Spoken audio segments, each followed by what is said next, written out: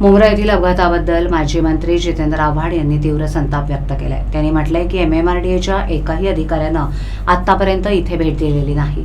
मागील 1 वर्षापासून पत्रव्यवहार सुरू आहेत, पण काहीही उपयोग नाही। अधिकाऱ्यांचं लक्ष नाही। मागील काही दिवसांपूर्वी रेडीमिक्स टँकर पलटी झाला, परंतु अजूनही ती भिंत बांधण्यात आलेली नाही। कॉन्ट्रॅक्टरला भिंत बांधण्यासाठी का थांबवण्यात आलंय हे समजत नाही। तिथे 15-20 मुलं कायम खेळत असतात। नशिबानं एकच मुलगा गेला, परंतु तिथे जर मुलं खेळत असती तर काय झालं असतं, असं आव्हाड यांनी सांगितलं। त्यांनी शासनावरही तीव्र टीका केली आहे। शासनाला वेदना, संवेदना, भावना नाहीत। अधिवेशनात हा मुद्दा काढणारच आहे, असं त्यांनी ठामपणे म्हटले। सर, 1 महिना झाला आहे दुर्घटना घडून देखील, मात्र ना MMRDAचे ऑफिसर्स आलेत, ना कॉन्ट्रॅक्टरनी काम सुरू आहे केलं आहे।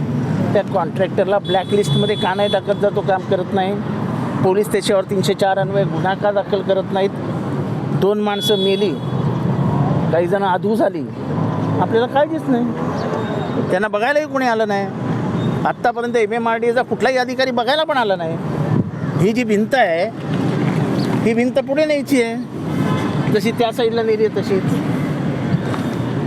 नाही इंटरेस्ट त्यांना, बरोबर ते लोक मरतात ना, गरीब लोक मरतात ना, बरोबर।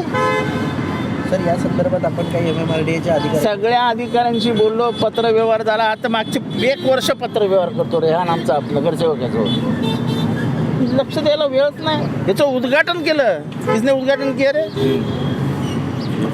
हाँ, किसने उद्घाटन किया है इसका? अपन ने वो साइड का किया ना, उधर उस तरफ का अपन ने सर्विस उद्घाटन पण झालं। तो सर्व्हिस रोड चालू झाला, हा सर्व्हिस रोड आहे तसाच आहे।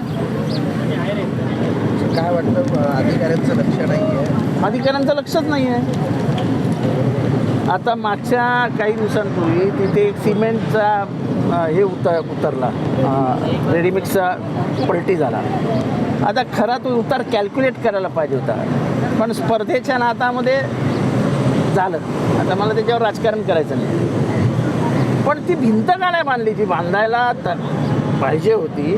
कॉन्ट्रॅक्टरला अडवलं का गेलं, ही भिंत नका बांधू।